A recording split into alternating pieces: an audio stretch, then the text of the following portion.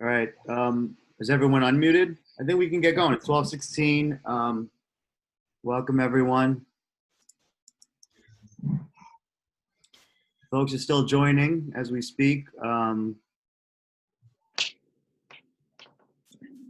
we're going to continue to let folks in.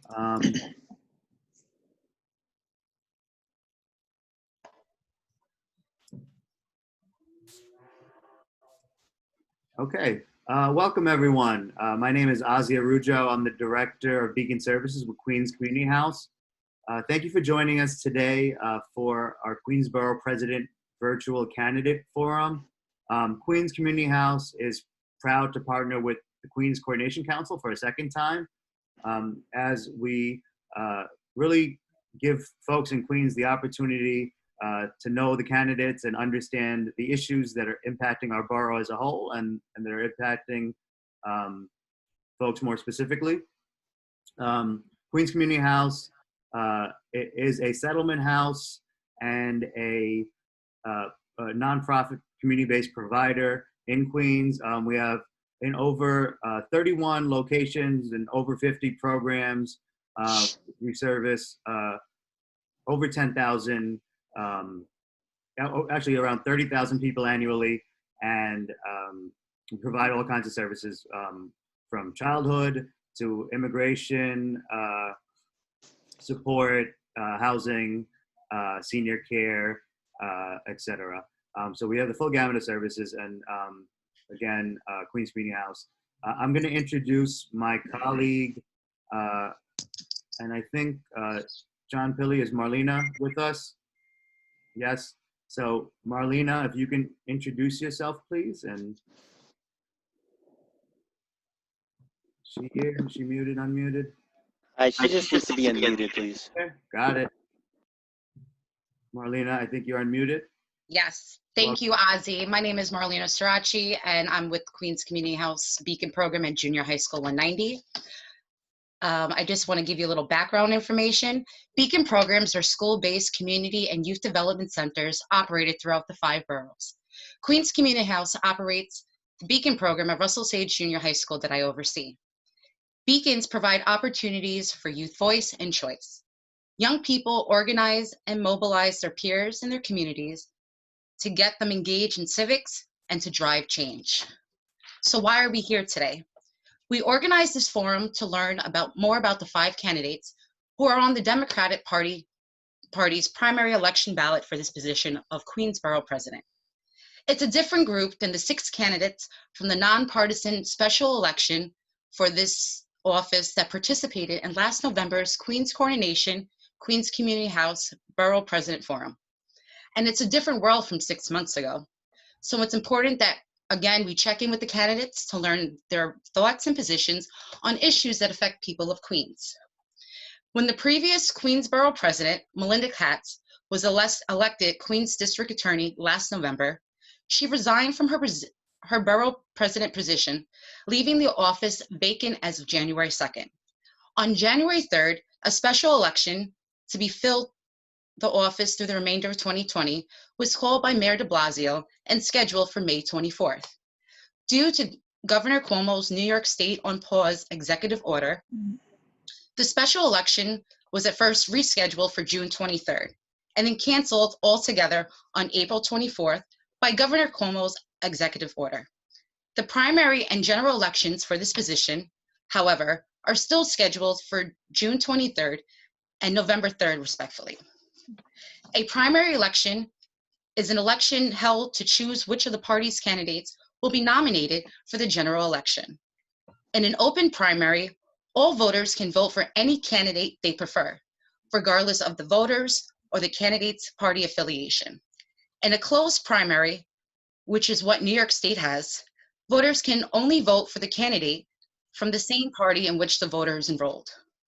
Republican Party primary election candidate for Queens Borough President office, Joanne Arriola, is not here because she is running uncontested and therefore the presumptive Republican Party nominee for office in November 3rd's general election.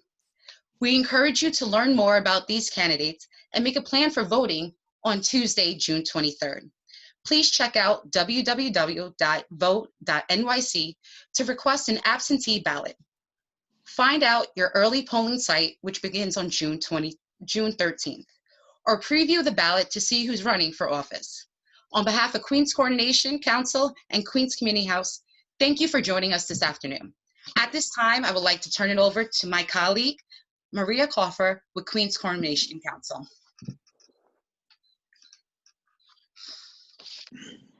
Thank you, Marlena. Thanks so much for that. I didn't get much sleep last night, and I haven't been the past few nights.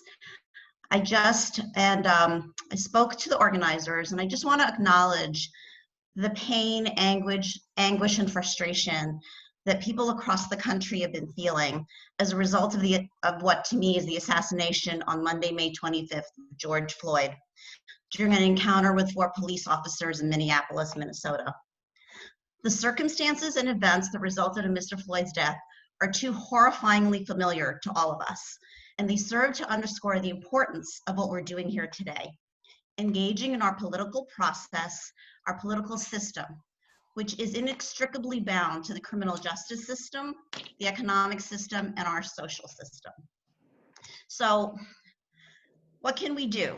How can we move on to build a more just world? I don't have the solution. That's something that we all need to discuss and develop a plan together. But I do know 2 simple things that we can do now so that we can start to move forward. The first is to complete the census so that our communities can receive the appropriate amount of federal funding that we need for things like our hospitals, health clinics, fire departments, schools, roads, highways. And secondly, it's important to complete the census and be counted so that we're allocated the appropriate number of seats in Congress so that we get the representation that we deserve. Our 2010 census, we were undercounted and we lost 2 congressional seats. We can't afford to lose any more, and we need to get those seats back. The second important thing that we can do is vote.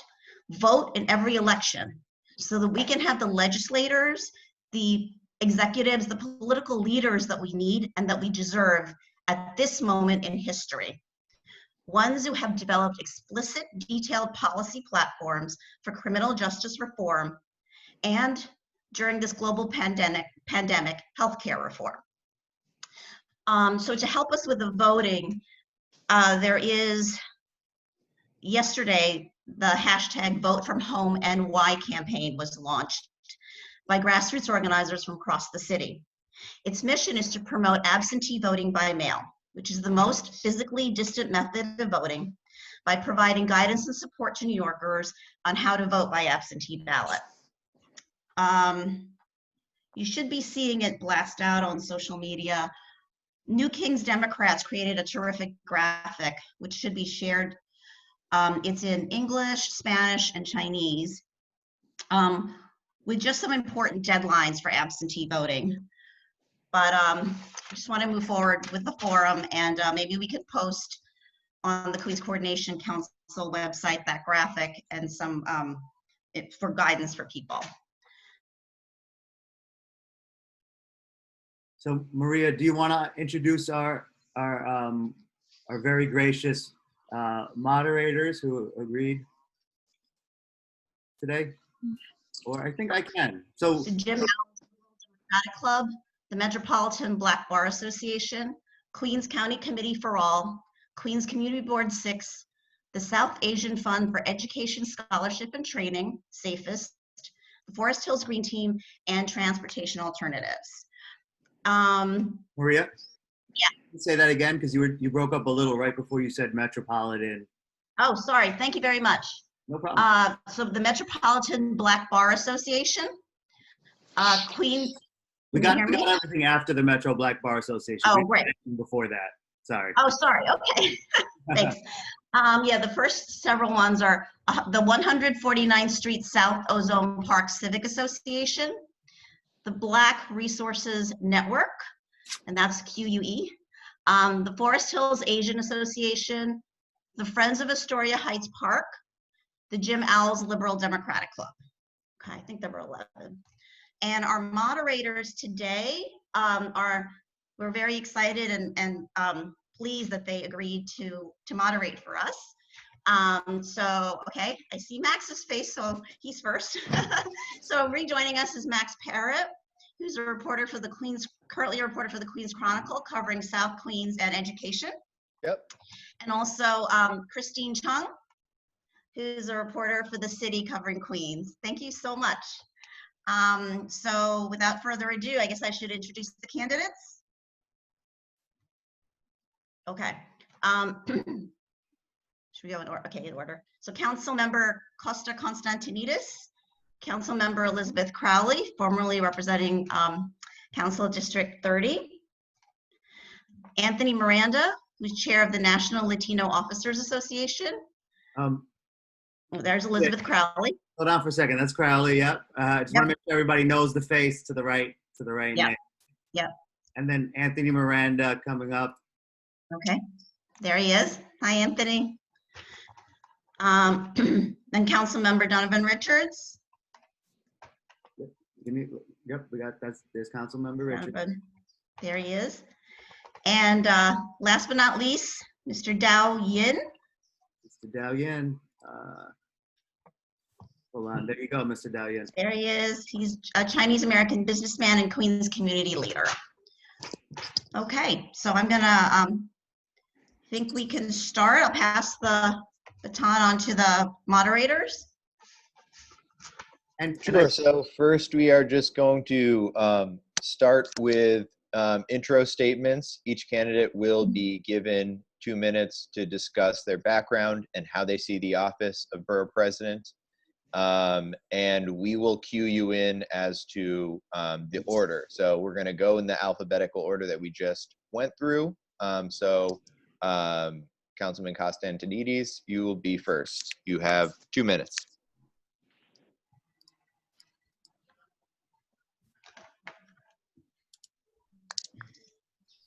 Oh, once he gets unmuted. 1 second, Councilman. We are working on unmuting you.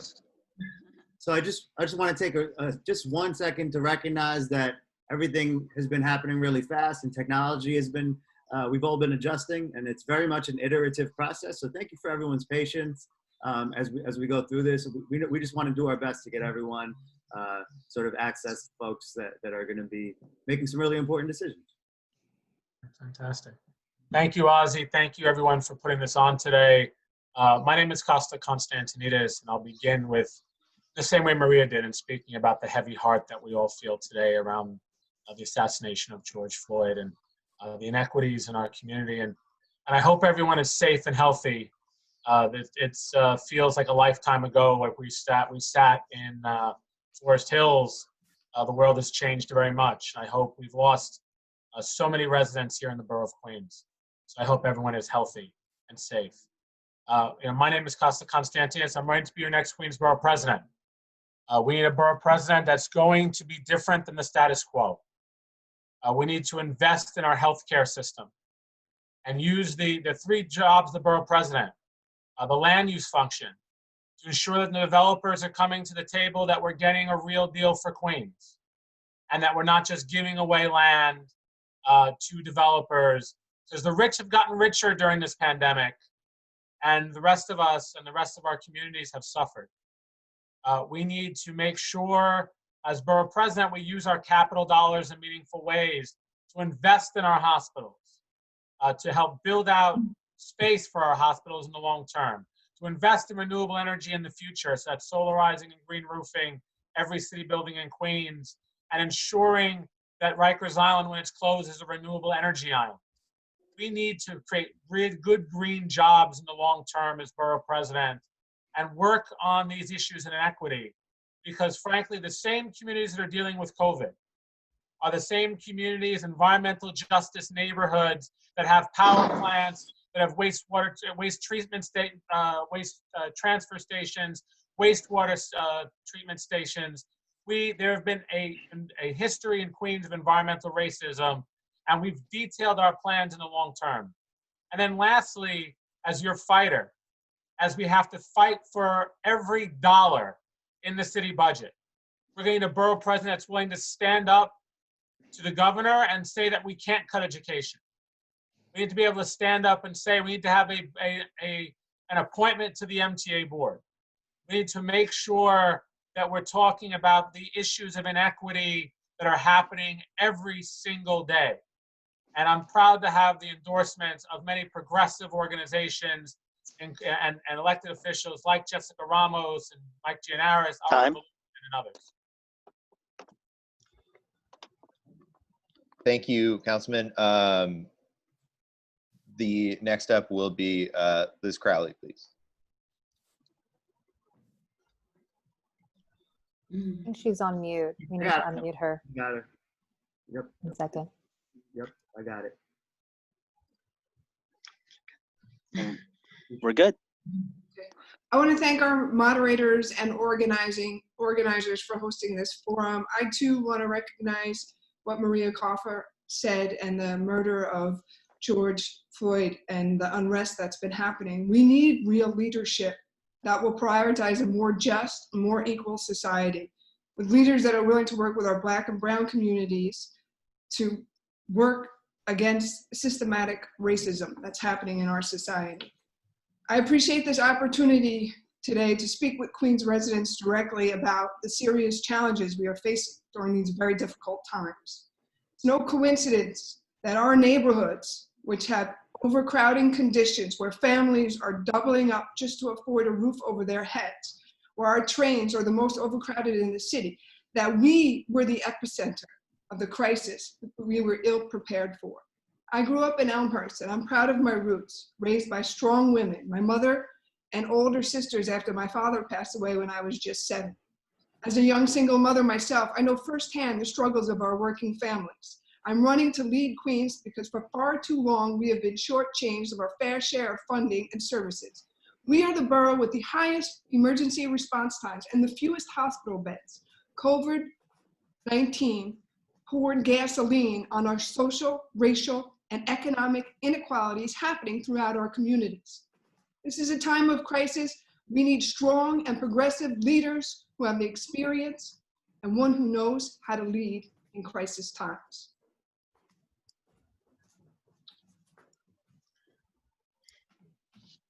Thank you.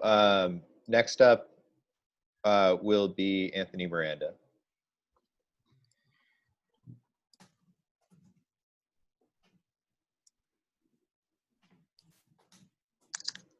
You should be good now, Anthony. We can hear you. Okay. Well, again, I'd like to thank the moderators for the hosting this forum. It's extremely important that we had the opportunity to reach the community, especially in this short period of time before the elections, which are so important. Again, I am a retired law enforcement officer, chief of police for Administration of Children's Services, civil rights activist, community activist, and been doing this for over 40 years. I understand the struggles that we're currently facing, and I know that we have been doing this for far too long. These cases have gone on. You had the Anthony Bias case, the Amadou Diallo case, the Admiral Louima case, and now you have all the cases and hundreds of cases in between that we get to the Floyd case.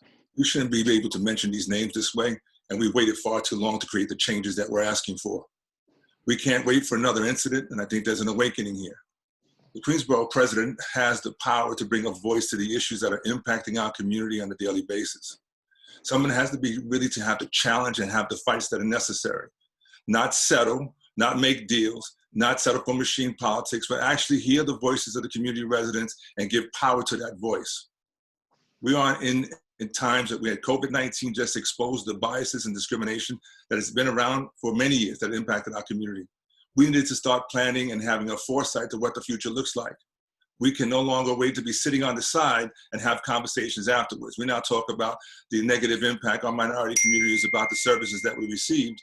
We should have been a part of the conversation when they started deciding where the services were going to be giving and who was going to receive those services. We should have been at that table advocating for Queens residents all along. There was an implicit bias in everything that happened since then, and we can no longer, again, be able to say that we're waiting on somebody else to provide those answers. We had elected officials that failed us. and to give them more time, or anybody more time for that matter, not to be able to address the issues that are impacting our families and our friends that are dying every day, I think we've waited far too long. We're looking for a change, and that's why I'm running for Queens Borough President, because I am been a leader in the community, not just because I'm running for office, or not just for the last 6 years, for the last 30 years we've been having this discussion. Those people in power who are elected officials who could have made the changes that we're talking about have failed us. So don't depend on them anymore. I'm a community resident raising my family here, and I had enough. Like everybody else, you've had enough. And the power is in your vote. That's time. You to vote for me for Queens Borough President to make the difference we're looking for. Thank you, Ms. Miranda. Donovan Richards. Thank you, Max. And it's been a very rough time. Let me say the names of George Floyd, Breonna Taylor, Ahmaud Arbery. You know, these are all Black people who lost their lives to undue violence. And our communities certainly are hurting. And we're battling on two different fronts. We not only have the COVID-19 pandemic that has hit us hard, but we have a policing pandemic that's also hit our communities hard. And in this moment, you know, we all know and should know what the Borough President's office does by now. But really, we're in uncharted territories. A $9 billion deficit this city is facing. And we're going to have to refocus this office, just as I did after Hurricane Sandy. I know what it's like to make it through a crisis and to rebuild a community and to rebuild it for the people who live there and labor there even through the toughest times. Healthcare, food insecurity, affordable housing. Right now, we are faced with choices in this city that will impact this borough. Are we going to spend $25 million on a new police class? Or are we going to invest that $25 million into summer youth employment programs so that our young people have jobs and security over the summer? You know, it's been challenging. I think I'm the only one here who's had the big fight with the mayor over testing in this borough. Recently, he announced more testing because Black and brown communities were left out of the equation very early on.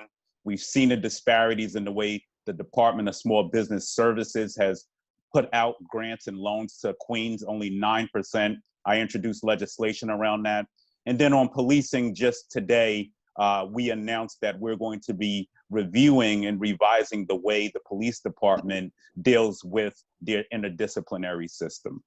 These are the things we're going to have to work hard on to build a more just borough, a more just city.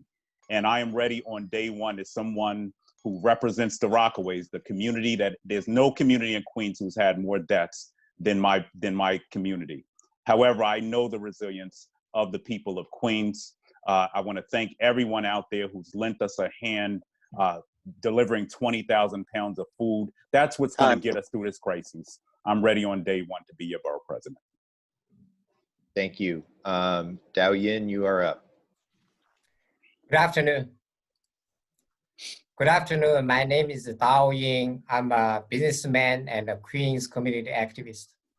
As everybody here knows, as Marina mentioned, a special election for Queens Borough President was scheduled to occur on June 23rd. This election would have allowed all resident votes to participate regardless of their party affiliation. However, Governor Cuomo issued a surprise executive order canceling the special election. Thus, disenfranchised into 2.3 million citizens of Queens. I'm the only candidate on this stage who stood up against this. I filed a lawsuit against the unconstitutional cancellation of the special election and spent weeks litigating this in court. I'm disappointed by the failure of my four opponents to stand up for the right of all citizens of Queens to vote. Because of the inaction of my four opponents, Jim Quinn is now out of the ballot. This is a tragedy. He had a message focusing on police public safety that deserve to be heard. I will proudly carry on Jim Queen's message and ensure that we work hard to keep residents of Queens safe and healthy. I'm confident I'm the best candidate to represent all residents of Queens during these difficult times.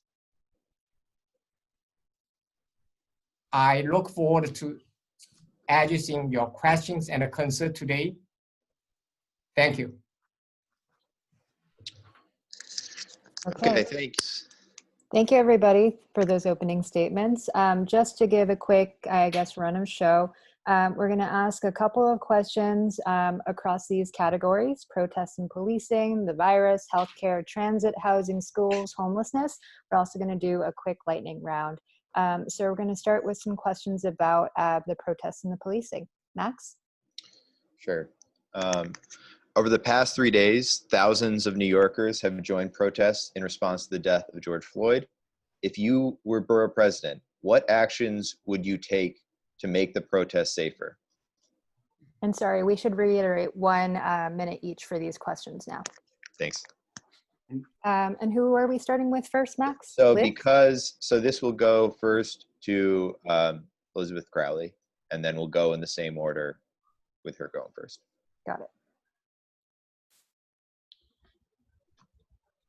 Can someone unmute her, please? I unmuted her.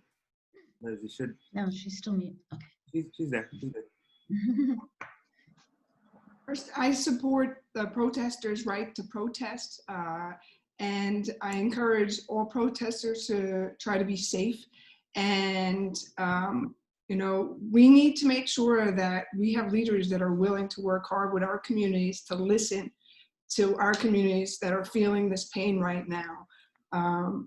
You know, we have to also hold all law enforcement accountable to abuses that happen, and must strive for excellence in our training and recruitment of police officers, and do all we can to diversify our ranks and make sure that when our police officers are hired, that they are exemplifying the empathy and the professionalism that gives our department the title, the finest. So we, you know, unlike Donovan Richards, I do think that we need a new class of police officers, because each and every class we're hiring is reflecting diversity. That they're also getting trained and in de-escalation and crisis management. Time. Thank you. The next speaker will be Anthony Miranda. Anthony, you're unmuted now. Talk to us. Okay, I just saw the sign come up. Again, so one, I believe this is also leadership. We support the protesters, and all law enforcement officers know what they saw there and know what side they stand on. They stand with the community because they live in the community and they understand that fight. This struggle is, again, like I say, it's not something that's new. We had the ability to change and have greater accountability a long time ago, a greater CCRB, so that we have actual enforcement and oversight. You want to change the dynamics of what's happening right now is you get the police commissioner and the mayor, and you get all these elected officials, instead of leading the march, joining the march, and showing that they are in keeping with the community and understand the message and the plight of our community. But that would change the dynamics. It's happened in other states already. Police chiefs are marching with the protesters. It's an entirely different outcome when you know that you're being embraced and there's an understanding. So they have an opportunity. It is about leadership right now. Support the protesters, help them be able to protest peacefully and be able to send a message, and then make sure that we as law enforcement officers, the police leadership, and our elected officials are leading in the demonstrations. Thank you. Donovan Richards, you're up next. As a 37-year-old Black man whose neighbor was Sean Bell, and let me just remind folks, I threw his daughter, one of his daughters, her first birthday party, who's graduating high school this year, and blessed to see that happen. The problem is not de-escalation, and anybody who says that we should have a new police class during this moment is sorely misguided. $25 million needs to go back into the summer youth employment program. Let me put that out there. The disciplinary system of the NYPD has been broken and is broken. There are no consequences to the actions that we've seen on the street, not even just this prior to this weekend, but this weekend as well. Think about it. When we see cars crashing into protesters, are we saying that that's okay? Are we saying that young woman being pushed to the ground, head bashed open, is acceptable? No, the disciplinary system has been broken. You want to help the protesters? I'm looking forward to passing legislation that the speaker has come out and supported to address the disciplinary system of the NYPD. Thank you. Dao-Yin, you're up next. We must not allow what happened in Minnesota to happen to our great city, to Queens, because our small business employ people who really need jobs, including undocumented immigrants now. We are recovering from the very crisis. We must protect our business and our infrastructure. To that point, I support our man in blue. We allow peaceful protests, as I did many times now, but also need to address all forms of criminal conduct and routine appropriately. We must also reopen our economy and get people back to work.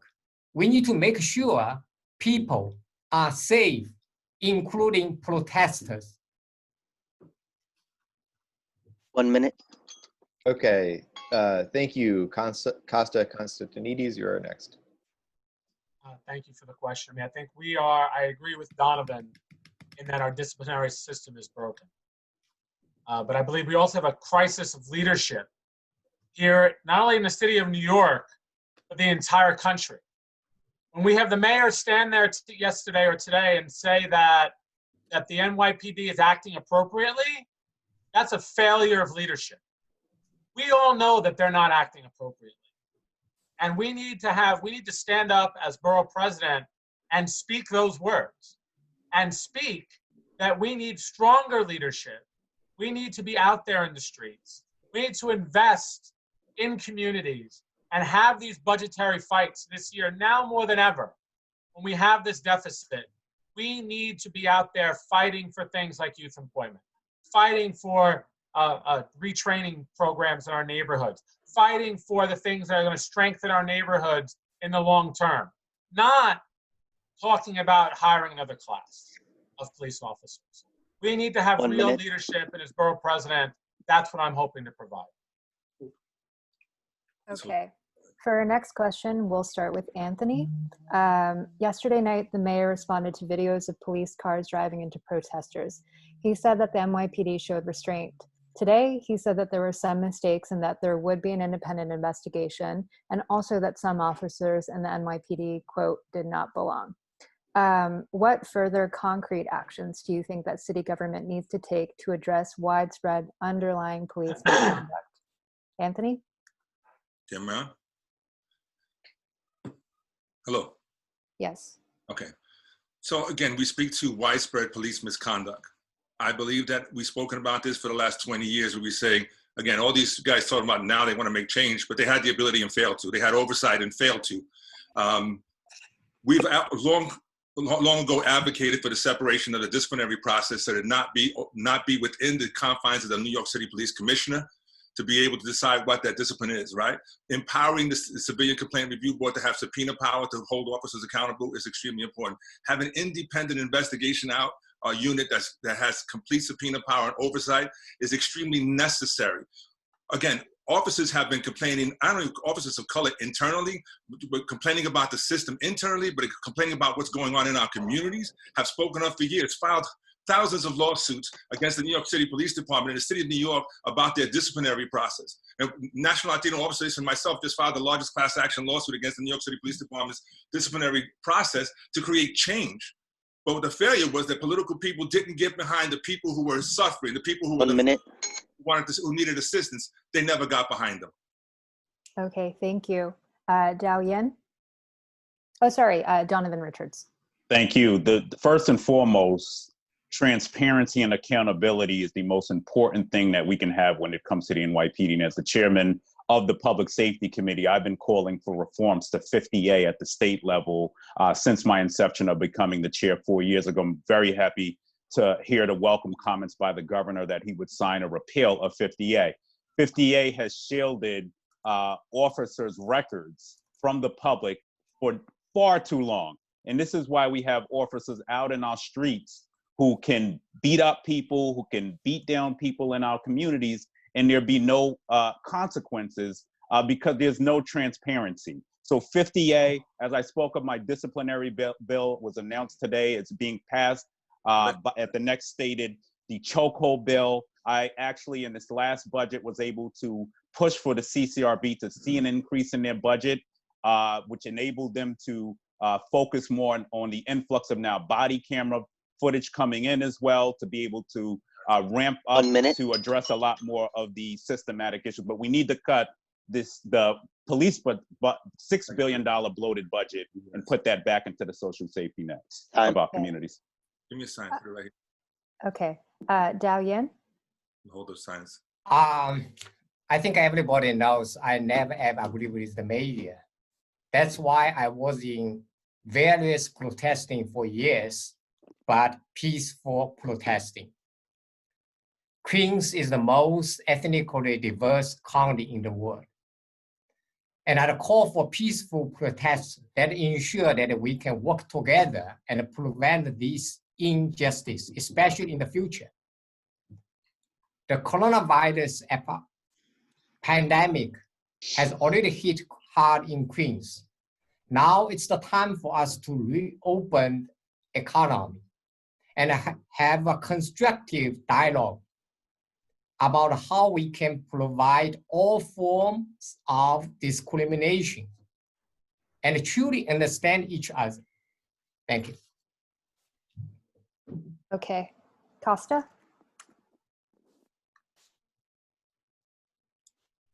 I think, again, as I talked about earlier, we need to be, this next budget is really going to reflect our priorities. Budgets are reflections of priorities. At a time when we are in a deficit of $9 billion, we need to be making investments in communities and in community relations, not in hiring more police officers and sustaining a bloated budget. So we need to be fighting as a borough president, as part of the budgetary process that's coming up, to ensure that we're getting investments in communities. And the investigations that happen going forward cannot be through the same channels. We cannot have the same sort of investigative process that is behind closed doors, that is not transparent, that's not accountable, and that allows officers to commit the acts that they have over the last few days. So as borough president, we need to be a strong advocate on the city level and the state level to fight for better transparency and accountability. Okay, Elizabeth?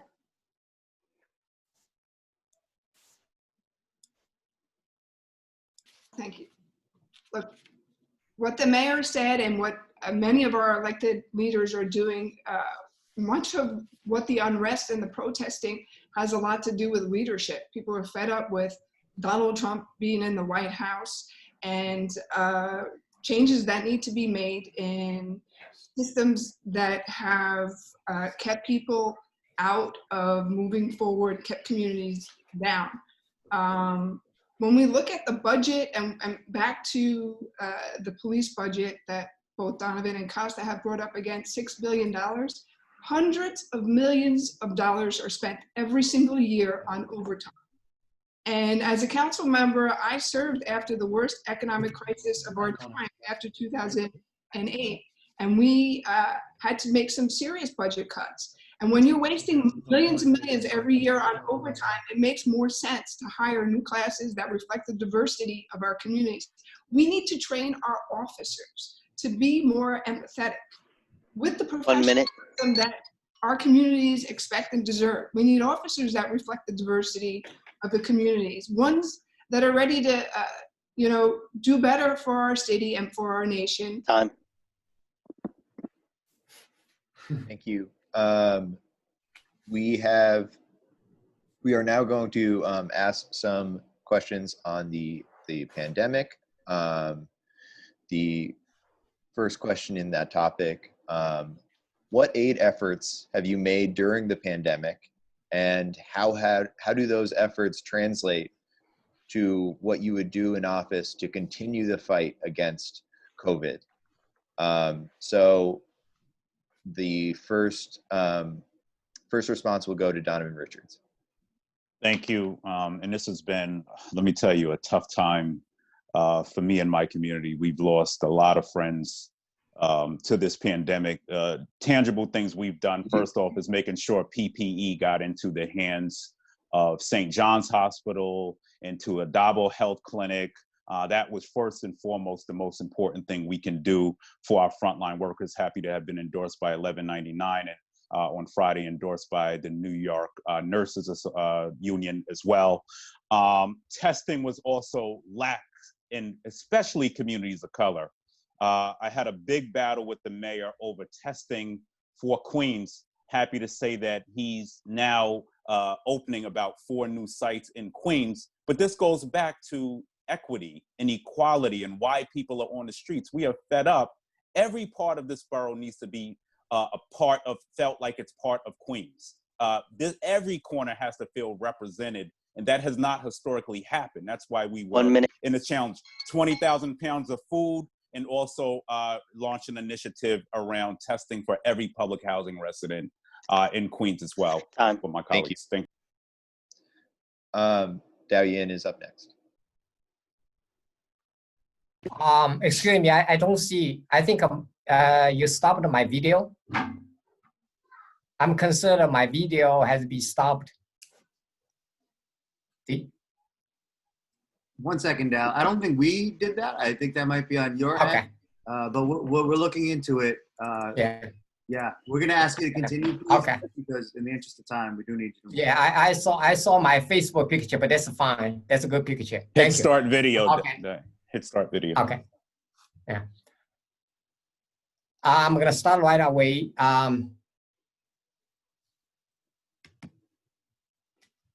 There we go. Thank you. Thank you. As the only Asian American in this race, the coronavirus pandemic is personal to me. The pandemic has brought to the light an underlying hatred of Asians in this country. And I'm very disturbed by the increasing racism against Asians throughout America. Queens, despite the unique diversity, is no exception. I have coordinated donation of masks and other personal protective equipment throughout the Queens to help those in need. If I'm elected, I will collaborate with community leaders throughout the Queens to promote trust and respect and ensure we can all live peacefully together. Thank you. 1 minute. Thank you. Costa, you're up next. Yeah, I'm unmuted. We've lost so many residents in the borough of Queens to COVID. It's personal to me because I'm someone who had COVID, had pneumonia, was sick, and still continue to feel those after effects, even though I'm cured. We need to be doing more. As the efforts I've been coordinating are around getting food to people that need it.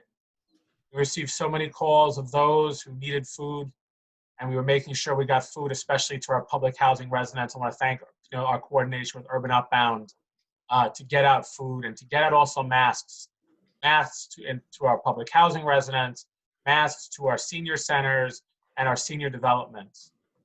Making sure we have more open space in Queens by fighting to have the Crescent Street bike lane, to make sure we're opening our streets, to ensure better social distancing, to keep people safe, and to continue to fight to make sure that every Queens resident has a space in our dense neighborhoods to be able to get around safely. Thank you. Liz, you're next. Muted? Okay. Look, Queens is a borough that has been forgotten. And it was highlighted through this COVID economic crisis, health crisis. We are the most overcrowded, and there's no coincidence that we were hit the hardest. Where for the amount of population we have the fewest hospital beds. When it comes to emergency response time, we have the highest response times. That meant life or death for so many Queens residents. And our nursing homes were perhaps the hardest hit, with some of the nursing homes losing more than 10 to 15% of the population. We need a better plan moving forward, with our families being able to access hospitals closer to home. I've been supported by our first responders, our EMTs, our firefighters, because they know I have a plan to put the borough first and to make sure that the next time we're hit with a crisis like this, we are more prepared. Thank you. Anthony, you're up next.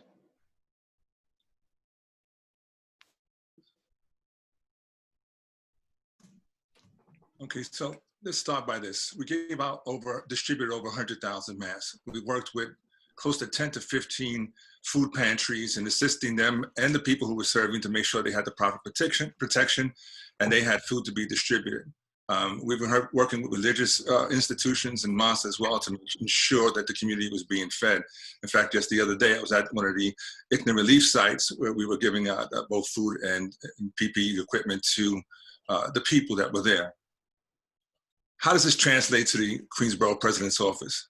Queens Borough President has to be at the front of these conversations. It can't be like, oh, after we didn't get service, then we decided to have a conversation to protect our community.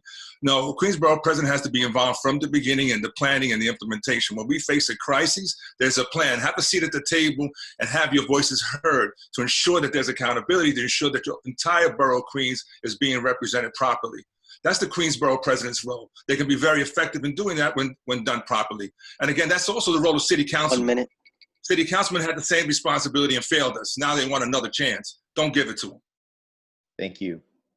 Okay, for the next question, we'll start with Dao Yen. Has the pandemic changed your idea of what distributing funding equitably throughout the borough means? If so, how?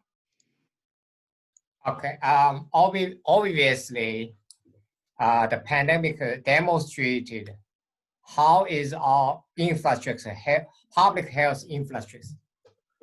Queens public health infrastructure is incapable of addressing the need of residents in normal times, let alone during the pandemic.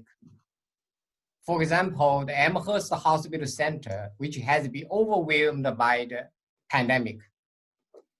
It's a sad demonstration of shortcoming of the public health infrastructure in Queens. Unfortunately, the established politicians have failed this most important infrastructure, public health infrastructure in Queens.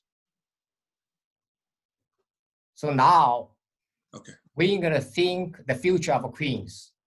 She said they come back to it towards the end. 1 minute. Okay, Donovan?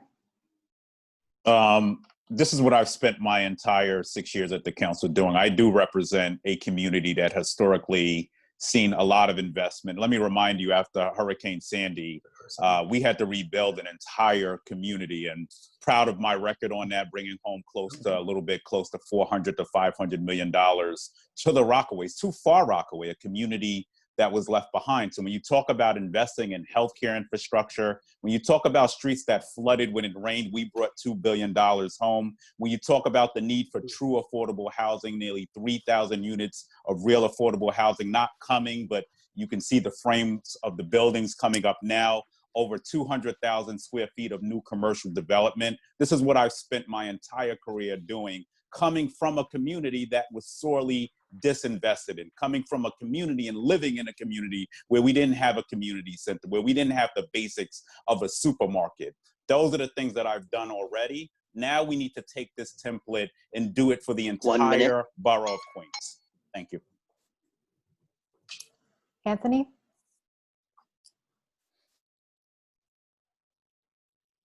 He's still muted. I got it. Thank you. Good now? Yes, sir. So I still got the sign in front of me here. So You're unmuted. You're okay. good. Yeah. So now I think investing in the future is what we need to do as the Queens Borough President.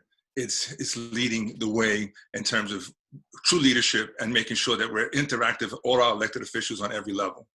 It's not just the Queens Borough President by themselves. The Queens Borough President is coordinating all the resources available to us, and that's at the city, state, and federal level, having a real conversation about the changes that can be made. And then when these decisions are being made of what resources are coming into us, especially healthcare, closing of the hospitals is something that's happened over time. The lack of support for our healthcare system is something that's happened over a long period of time. Now we're talking about a crisis that we're facing where we can no longer afford to wait for somebody else to lead the charge. Queens Borough President is the chief organizer and the leader of that fight, but both to improve the healthcare system, to improve the entire process, not only development, but the investment in Queens, not in luxury development, but in the responsible development that has to support the infrastructure support that's necessary to make sure it's benefiting all the residents of Queens. We have been left out of this conversation. 1 minute. Queens residents have been left out of the conversation. Queens Borough President is the voice of the community, and I will be that voice. Elizabeth?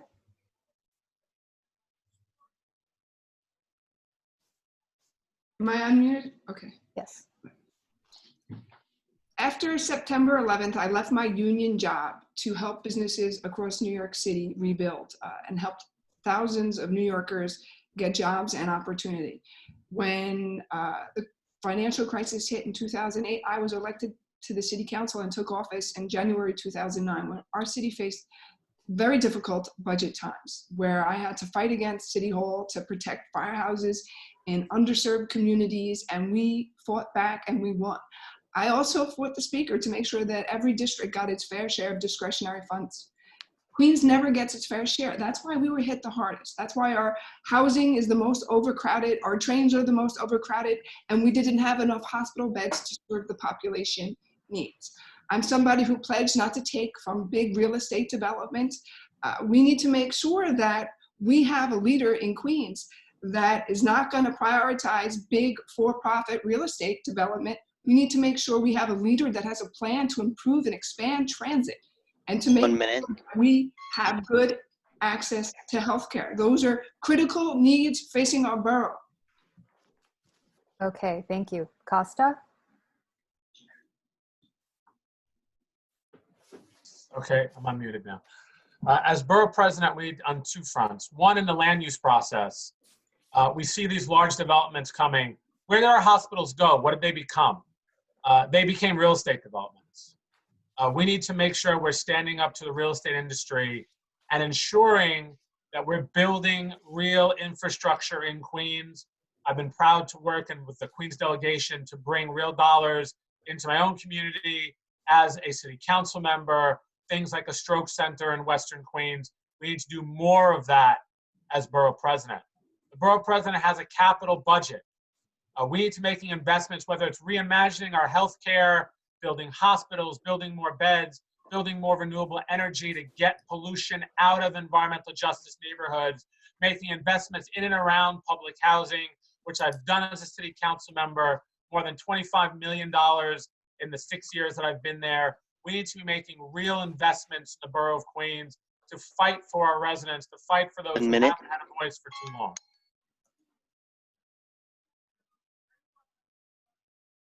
Thank you. Our next question. Many residents of Queens, undocumented people, street vendors of varying visa status don't qualify for the state and federal financial assistance programs available currently. What would you propose needs to be done to address these populations? First up is Costa.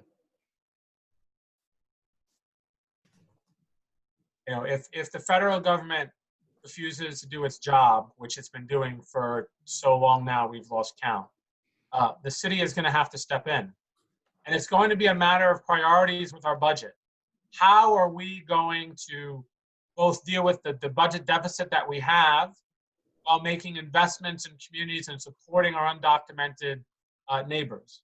No one in Queens can be left out. So that's why when we're talking about a bloated police budget, of $6 billion. We're talking about that $25 million in a new police class. There are lots of investments that need to be made for our communities, for every Queens resident, rather than continue to just stay with the status quo and make those investments in the same places that have been keeping our communities down for too long. Thank you. Liz?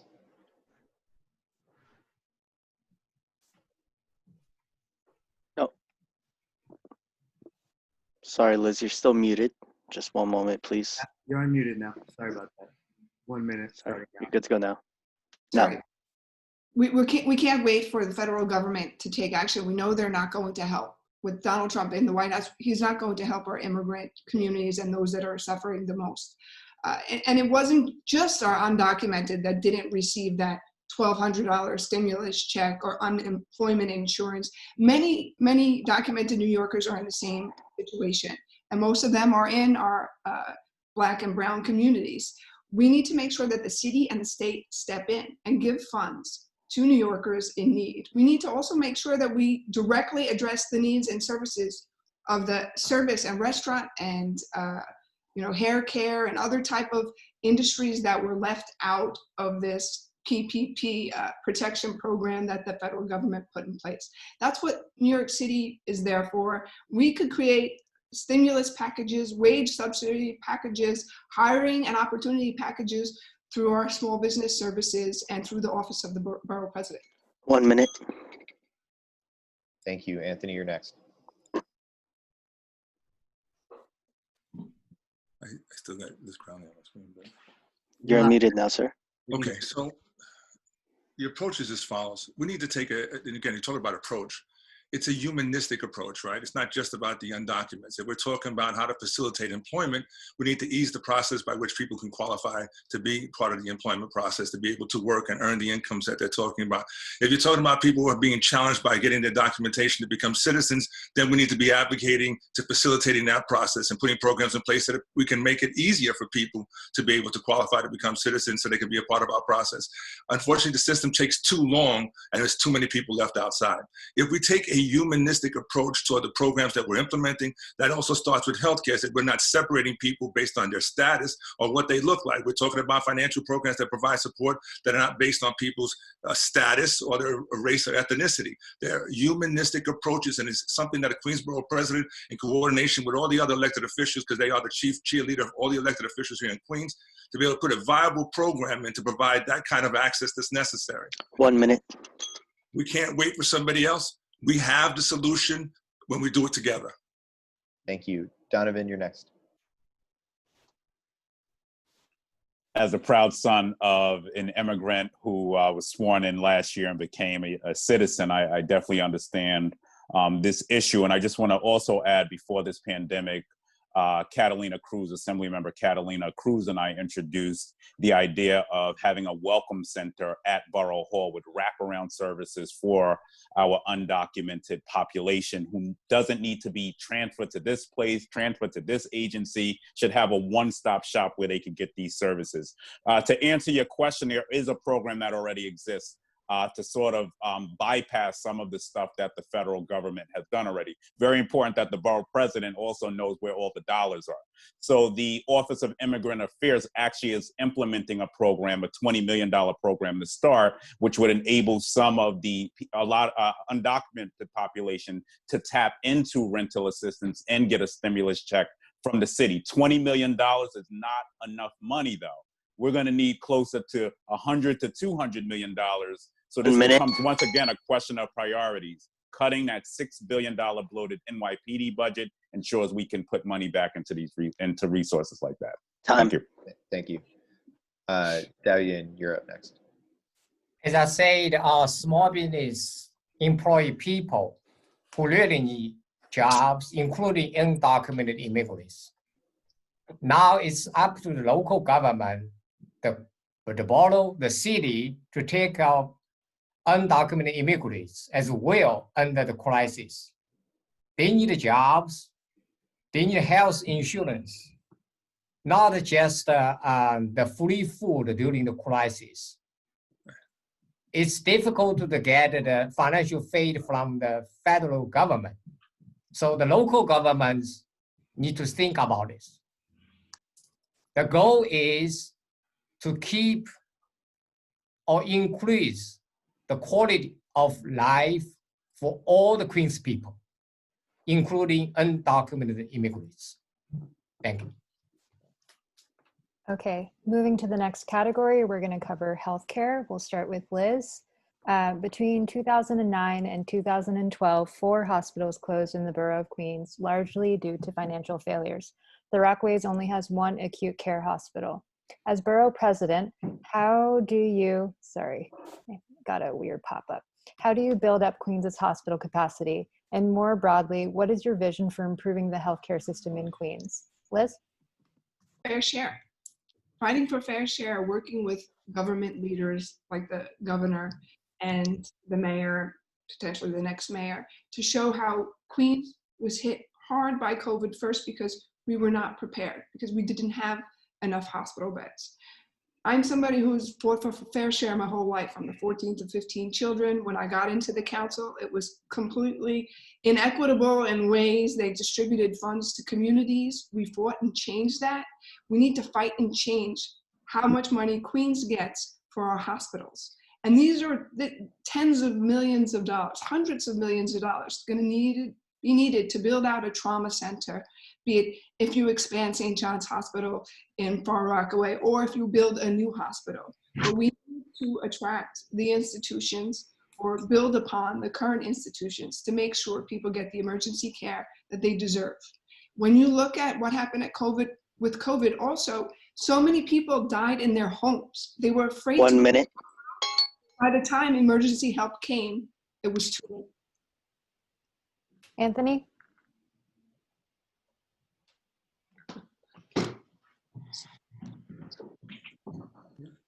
So again, I think you spoke clearly about the issues from 2009 to 2012, the closing of hospitals, the loss of available medical space, beds that were there for our families here in Queens.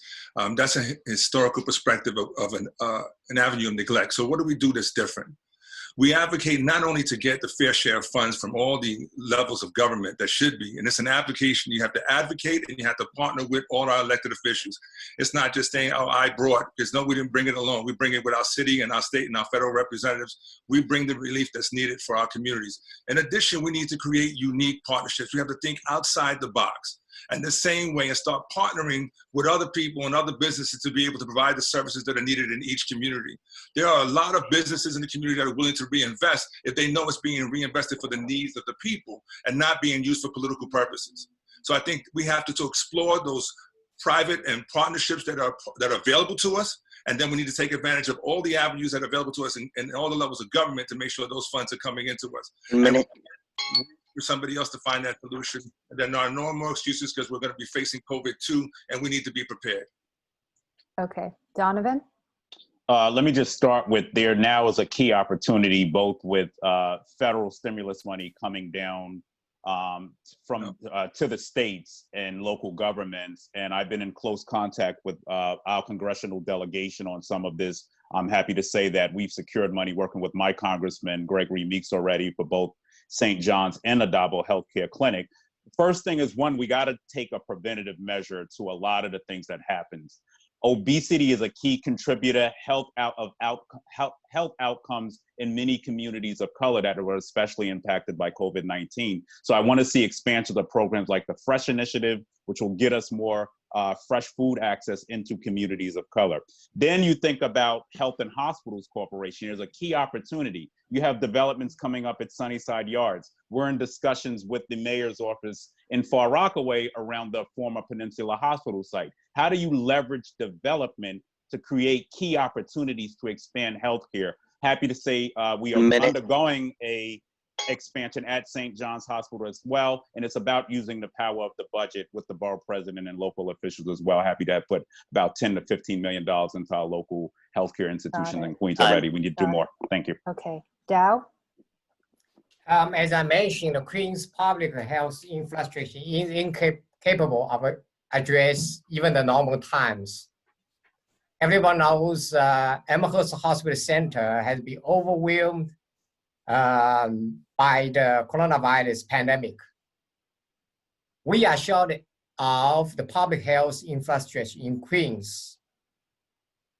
Let there be no mistake, compared to the other boroughs, Queens has been left behind.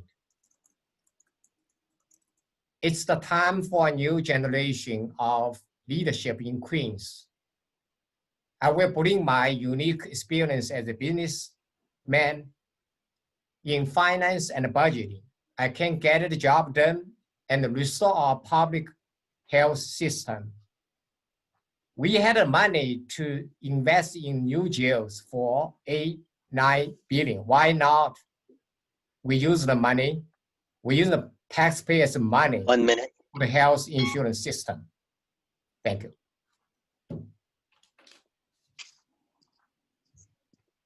Costa?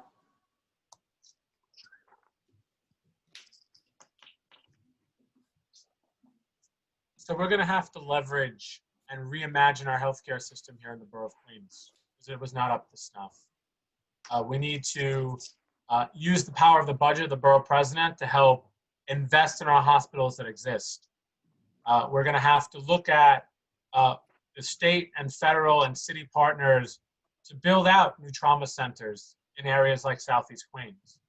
We're going to have to look at the long-term impacts of COVID-19 because we still have so many New Yorkers and Queens residents on ventilators that are going to be there in the long term. What are we doing to make long-term care investments in the Borough of Queens to deal with this crisis that is sitting here?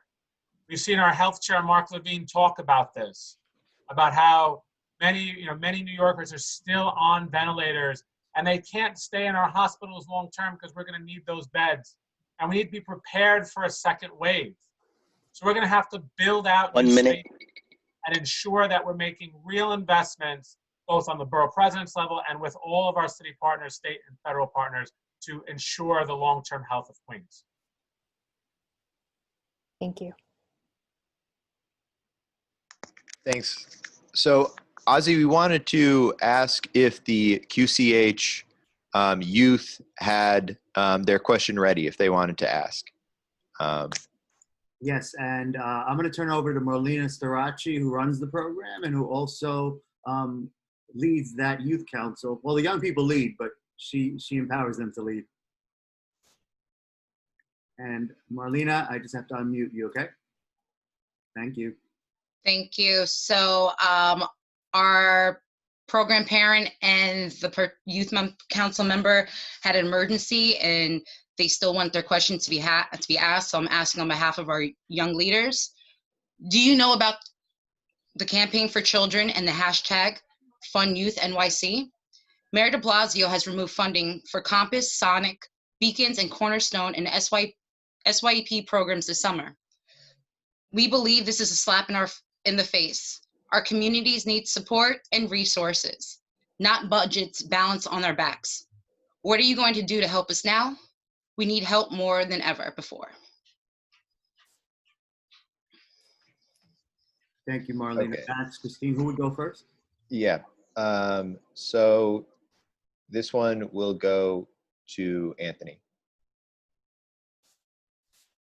Anthony, you're unmuted and on Spotlight. Okay, so yes, we do know about the Fund Your Youth NYC. I believe this is extremely important. Investing in our youth for the future is absolutely necessary. This is not the area that we should have been looking to cut funding to. But that being said, the City Council is going to try to balance and do the things that they're supposed to, but we need to hold them accountable when they cut the funding to the programs that are most crucial to our community. I will say the following to you. Again, I say this: public and private partnerships. When we invest with the people who are in our communities, we will be able to fill the gap, the holes that the City Council may be eliminating or the mayor may be eliminating from the youth funding.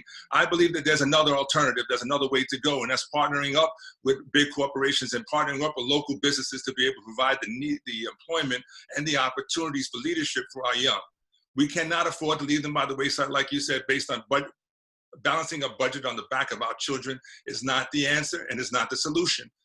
Investing and staying with our youth means that we are investing for the future and empowering them for the future. 1 minute. So as the Queens Borough President, I will absolutely be fighting for complete funding of the summer youth programs and the youth programs that are necessary to employ the youth. Thank you. Donovan. I've led the charge in the council very early on during budget negotiations with Councilmember Danny Drum and calling for the NYPD's budget to be cut. The Department of Youth and Community Development's budget is being cut at 48%, right? NYPD's budget cut less than 1% right now. What are our priorities as a city? Are we saying we want to over-police our communities and lock up our young people? Or are we saying that we want to invest in them and invest in their futures, give them the opportunities to get that experience in small businesses and to work in work with local organizations? So I am not prepared to vote for any budget that eliminates the summer youth employment program. My vote will certainly be a no. That's my commitment to the young people of this city. We will not vote for this budget if the summer youth employment program is not included in it. Thank you. Dow, you're next. My two children, they're high school students, and my wife and I, we were so disappointed by this cut of youth summer programs. Children are our future. Without summer programs, especially during this crisis, I think many of us are bored to stay at home. Of course, they have a study online, but the youth funding should not be cut by the mayor's administration. If that happens, how about we think borough-based the youth funding program that can be added to the budget of 2020 or 2021. Thank you. Thank you. Costa, you're up. I think there's a few things we need to do. Number one, on the state level, we need to stand with state senators like Jessica Ramos, who I'm proud to be endorsed by, to say that the billionaires and the millionaires have to pay more. In this pandemic, we've seen the rich get richer, and we shouldn't be balancing this budget either at the state level or the city level on the backs of our youth. Those who can afford to pay should be paying more, and the time is to stand up and say that. Secondly, it's again looking at our city budget process. I've been proud to be part of the budget negotiating team the last few years that have expanded SYEP and Compass and Sonic, and fought for it every single time. And I, as a city council member and then as a borough president, I'll be standing yet again to say that our youth cannot be the place where we disinvest. We need to be looking strategically at our budget, whether it's the NYPD budget, whether it's the investments that we give to large corporations and billionaires. They need to pay more, not balance the budget on the backs of our youth. Thank you. Liz?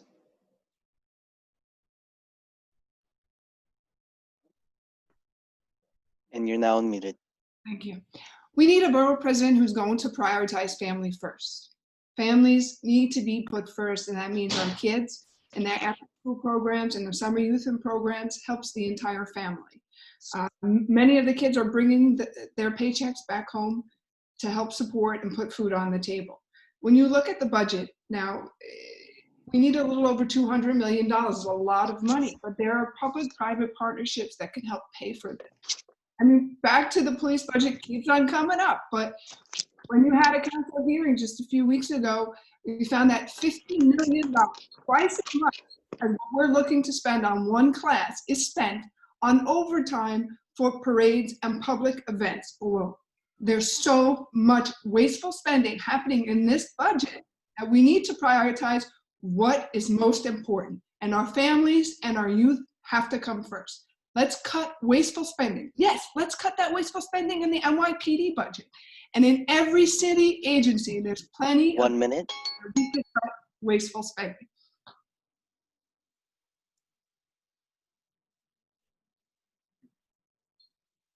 Okay, thanks. Christine, are you ready with the next question? Yeah, I think we're going to move on and cover transit. We'll start with Donovan for this question.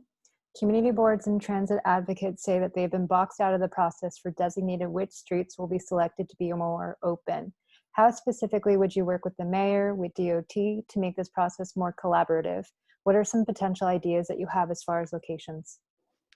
Well, we've already started to have conversations with the Department of Transportation. And let me just remind folks, as we keep having these conversations around equity, that in the original plan, there wasn't even one street in Southeast Queens committed to being an open street.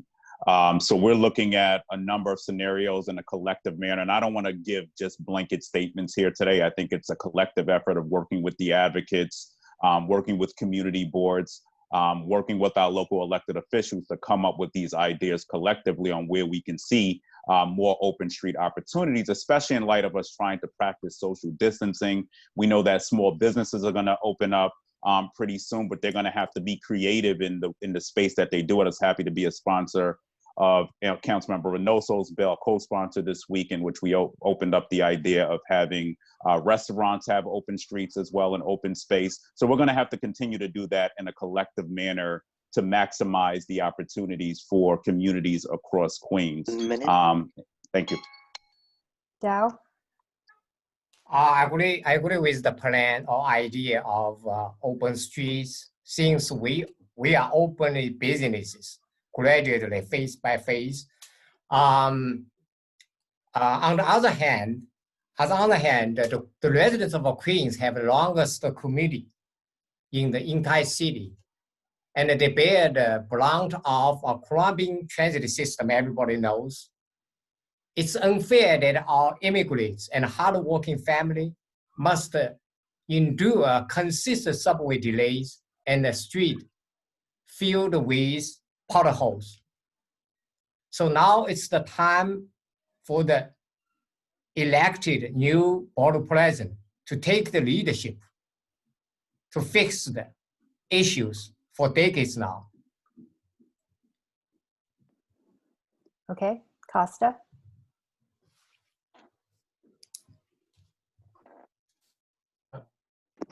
So I was proud to support the Antonio Reynoso bill that talks about how we open our streets for business.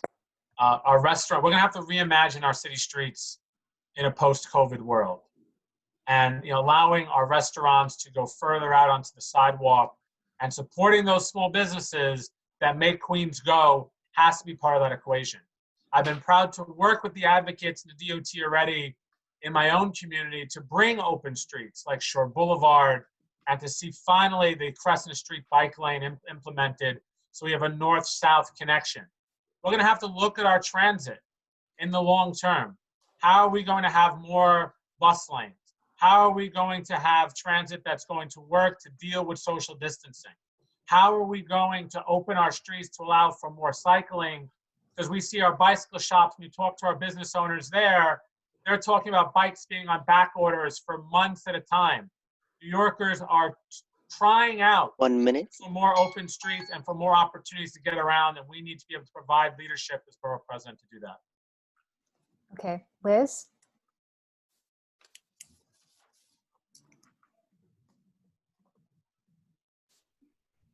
and you're good to go. So I support opening our streets to more pedestrians and multimodal ways of transportation. And Queens needs to be that way. We are a borough that never received a fair share. There was a bus redesign plan in the works, and that was put out for display that didn't serve the needs of our residents and made things more difficult, which I do not support. I have a plan to open up railroads that are currently only used for freight or hardly used at all, for not only trains to move people, but also for bike lanes. We have to look at our ferries. We have half as many as Brooklyn. We only have 5 stops. Brooklyn has 9 stops. Our population has met the growth that Brooklyn's population has, but yet we have half as many train stops. So when it comes to opening our streets for pedestrians, absolutely. When it comes to having more access to trains, yes. We need a borough president with a 1 minute. I have that plan to move Queens forward, and transit is how we build housing and how we move forward.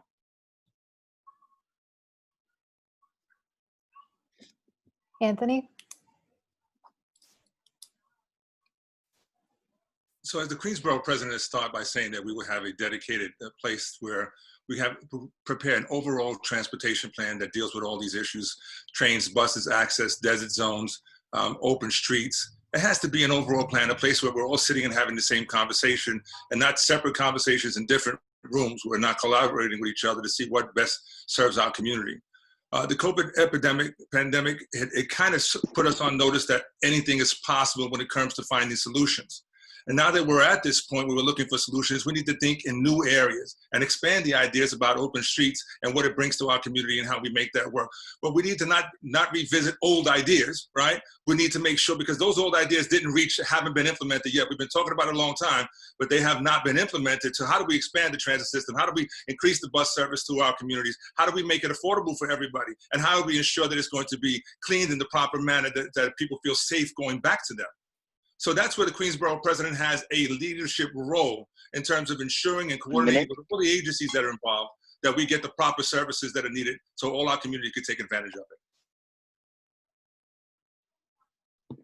Thank you. Okay. Here's another transit question. There has been a major uptick in biking, especially city bike use during the past few months. But large swaths of Queens aren't covered by City Bike or any bike sharing program. How can the BP work to concretely address this transit inequity? Dow, you're gonna start off with this one.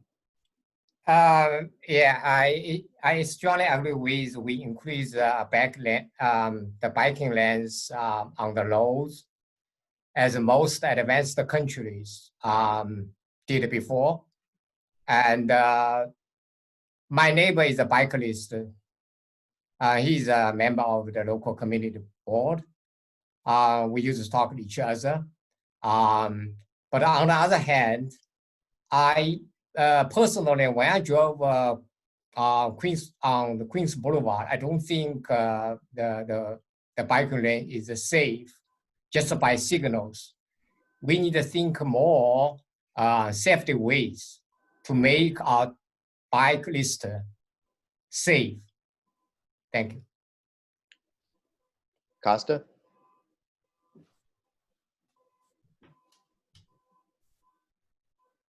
Yeah, that's why I'm proud to be endorsed by Streets PAC, because we need to have a borough-wide transportation plan that really gets at how are we going to make our borough available and open to everyone.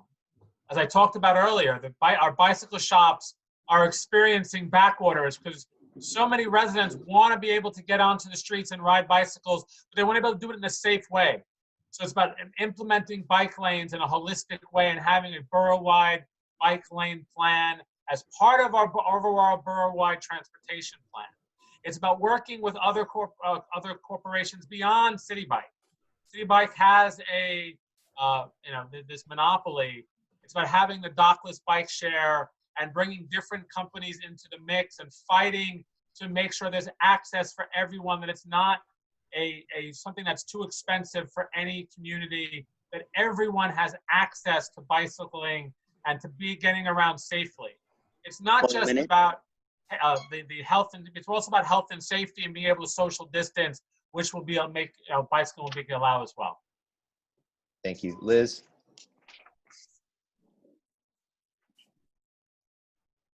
The Brooklyn Queens Greenway is a bike and pedestrian path that cuts through both boroughs, cuts through the district I previously represented. And part of that was unsafe and is still unsafe, but I put funding specifically to improve this greenway. And as a council member, it is rare that you see people who are leading in the position of council member taking funds and putting them in bike lanes. So I have a history of supporting and making sure that our bike lanes are safer. And as borough president, I would do just the same. The borough president has capital dollars, and the capital dollars that the borough president has can be used to enhance and to make safer our bike paths, as long as it's a priority. Now, this is nothing new. You can see from my history that I have prioritized that as well as other transportation projects. And that's why I've been endorsed by the Transport Workers Union, because they know I have the best plan to move Queens forward and to keep Queens moving. And that means prioritizing our streets 1 minute. by bikers, pedestrians, and cars. Thanks. Anthony, you're next.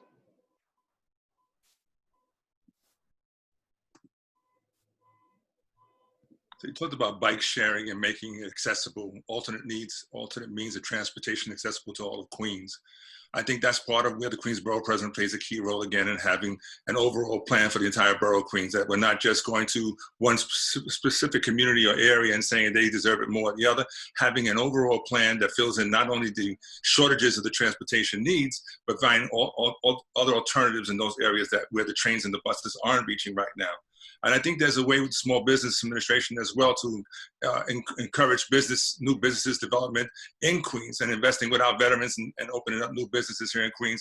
And if it's in the alternate transportation area, then that would be a great way to invest in local residents and local businesses to be able to do something different, that they can continue to live and survive in our community and provide employment opportunities for local residents. Again, it's not about taking plans that have been presented for the last 4, 6, 8 years that have never gotten into implementation. We have to start thinking differently and moving in a different direction, thinking outside the box for the changes that are necessary for the future. Thanks. Donovan, you're next. Let me just say, I agree with Costa that City Bike should not have a monopoly on bike sharing in Queens or in the city, period. We need to look at those contracts and look at how DOT is getting creative and ensuring we're opening up opportunity.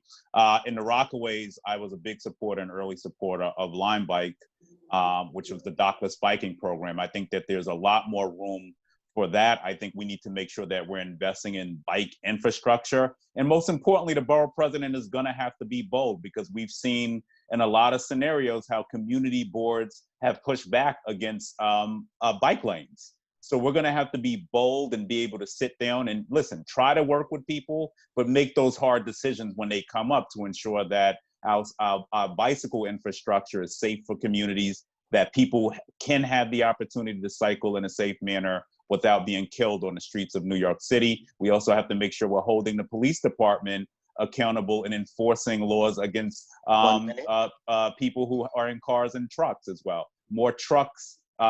Truck drivers receive less summonses than cyclists, and we know they're a big problem in the city. Thank you. Okay, moving on to the next question. We're gonna pivot to homelessness. Homeless New Yorkers are shuttled from the subways to shelters where there have been many reports of a severe lack of social distancing. The mayor has not been supportive of the council's push to place homeless New Yorkers in hotel rooms. How can the borough president act to better safeguard homeless people during this pandemic? We're going to start with Costa.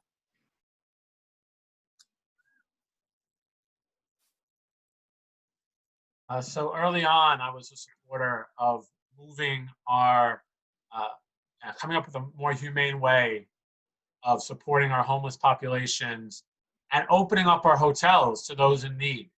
At this moment, when we have a challenge around COVID-19, it can't just be throwing them out of the subways and onto our streets. It has to be a coordinated plan of getting our homeless population the services they deserve, whether that's hotel rooms, and getting those services that they need in those hotel rooms, whether it's healthcare, whether it's mental health care. Those are the things that we're going to have to think about. And in the long term, supporting, we're still going to, when we go back to school, so many of our homeless population are children.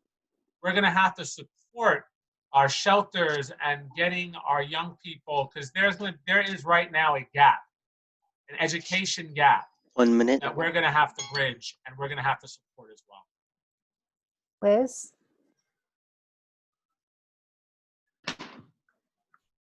Under Mayor de Blasio, our homelessness crisis has gone from bad to worse. So much so where we've seen recently when we saw the MTA close down the subways to clean the cars, that nearly 4,000 homeless people are sleeping on the subway cars or in our parks because they're afraid, or the conditions are so bad in these shelters. The shelters that we're spending billions of dollars a year to house families. And the crisis is so serious that nearly 70,000 New Yorkers do not have a home. And that is 1 out of 10 public school students. These are our families. How do we address our homelessness crisis? Spending those billions of dollars on real affordable housing. Having a borough president that's not in the pocket of real estate developers, that's going to make sure that when we do build affordable housing, that it's not discriminatory and it does have access for homeless families. We need a robust, ambitious, affordable housing program. We need real houses and homes. And that's the way we fight this homelessness crisis. Got it. If we could focus a little bit about homelessness during the pandemic specifically too, that would be good. Anthony? Now I want to, okay. So I was a director in the shelter system, helping families in need. I did that for a while, and I got to see successful programs that will be able to implement that supported families, helped them build themselves, and got them out of the shelter system into affordable housing and changing their living situation, supporting their kids. Now, when we talk about the pandemic, we talk about homelessness and the subways to shelters and what transpired there. They didn't have an overall plan. They had a plan to clean the transit system, and then they didn't say they had an overall plan on how to handle the homeless people that they were removing from the transit system during this crisis. We had hundreds and thousands of people who become homeless as a result of the COVID crisis, and still people that are facing the same circumstances that are probably 1 paycheck away or 1 month away from being homeless themselves. So there is no overall borough plan existing today that provides the kind of services we're talking about. As a borough president, it's about working with all the community services available, making sure that they have access throughout the entire borough of Queens. Those areas that are lacking supportive networks, we need to be able to invest in those networks and connecting the right people. And it's about holding people accountable, holding the agencies accountable that are responsible and get funding for this treatment and services that have failed us consistently. Time. Donovan? We are in uncharted territories, and anybody who's talking now has to study the facts. The city is now facing, it's cutting $1 billion in the affordable housing budget. So you think about that, compounding it with COVID, we are headed into a disaster. I am happy to have be building close to 5,000 units of housing in the Rockaways with large set-asides for homeless families. Every single development that we built has set aside 10 to 15% of those units for homeless families. We're also building now for veterans supportive housing, 200 units of supportive housing for our families. The shelter situation, the mayor must get people into shelter immediately due to social distancing as well. This virus is spreading rapidly in our homeless shelters.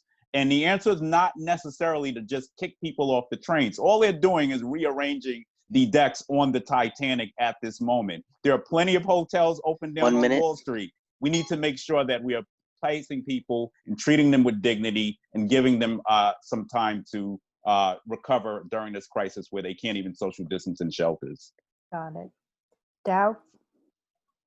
The issue of homelessness is really an issue of housing and employment, and it is the result of decades of failed policies in those areas. Because our established politicians have treated symptoms without addressing the root cause. As Costa said, they have been spending up to $600 per night to house homeless people in hotels, but it did not provide any of the health and mental services that those people needed. We do need more shelters for homeless people, but the city is putting them in the wrong places. That's why I was in the protesting. For example, I protest with people to strongly against a men's health shelter in the downtown of College Point. And especially under the pandemic crisis, we need to think of a new way to solve this problem, not an old method. Okay, I think this question will build on the previous. This one is on housing. While evictions have been suspended until August, it's still unclear how many renters are going to be able to pay their back rent in the allotted time. Many expect mortgage holders to be under similar pressure.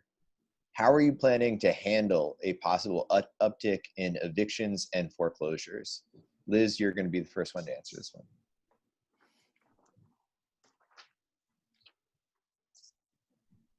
Families who make under $50,000 a year are entitled to representation in the housing board.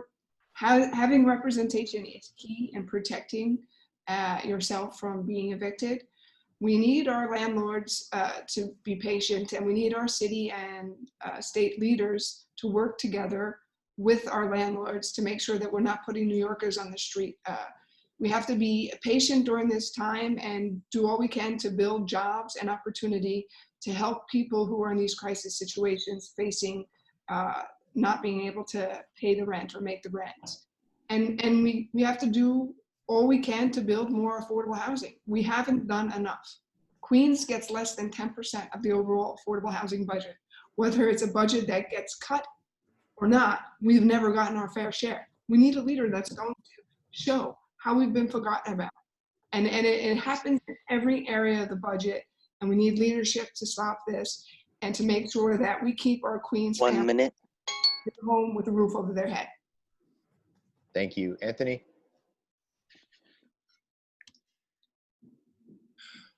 So again, it's a combination of things also. We also spoke about hope, homeless people, and we're talking about, instead of building shelters, we need to start building homes that people can go into, and it just makes more sense to start investing properly. We talked about housing evictions. The problem is that when people are introducing protection for people who can't afford the rent, they're also not introducing the same protection for the small homeowner, the 1 to 2 or 3 family house that is renting to the people and saying to them that they're also protected. So there has to be a common sense in this approach. Housing developments where they're trying to evict tenants absolutely makes no sense. The city controls that. None of them should be evicted or be threatened with eviction during this time. And there should have been protections put in place that they shouldn't be worried about that right now.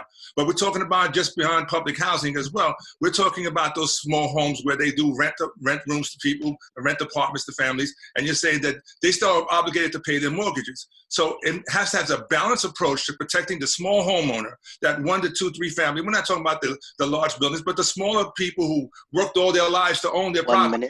And now we're in the process of losing it. Common sense legislation protects both parties and protects us all.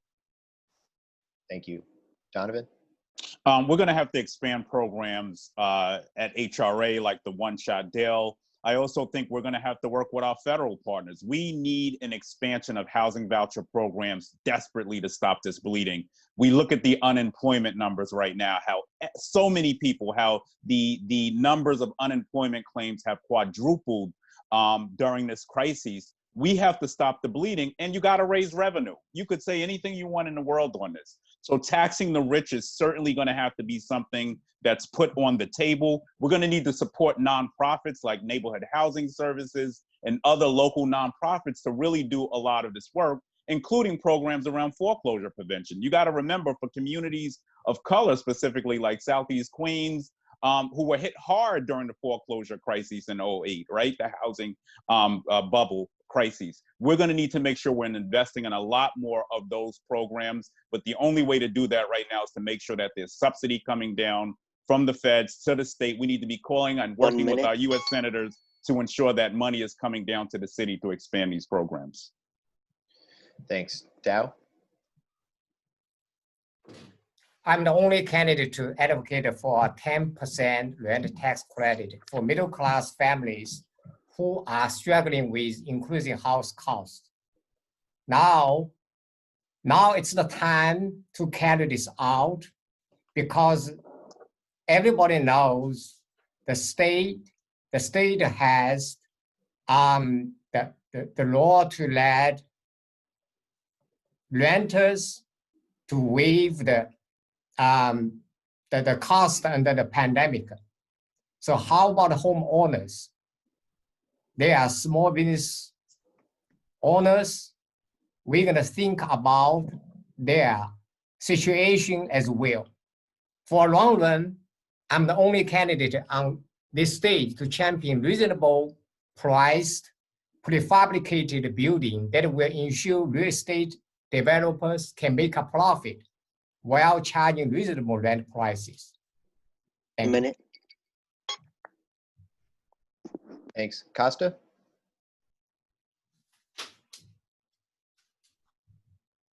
So as a council member, I introduced a resolution in support of Senator Gennaris' bill, who has also endorsed me, to cancel rent.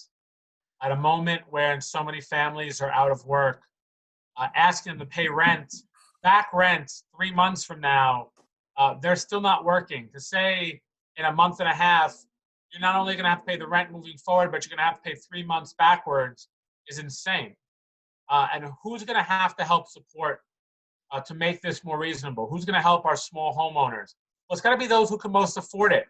So it's about working with our state legislature. As I talked about before, billionaires have only gotten richer during this pandemic. And yet we have a state government that refuses to tax the rich. It would rather cut services for our families. They'd rather cut on the backs of our youth and our families and our neighborhoods than on the backs of billionaires and millionaires. So we need to make sure that we are taking that money from the billionaires and the millionaires and redistributing that to our small homeowners and to our renters, because they're the ones who can least afford to pay. Thank you. We're just going to briefly ask a question about schools. So more than 1 in 6 district school students are projected to need summer school. What does the city need to do in order to make summer school through remote learning a success? We're going to start with Anthony.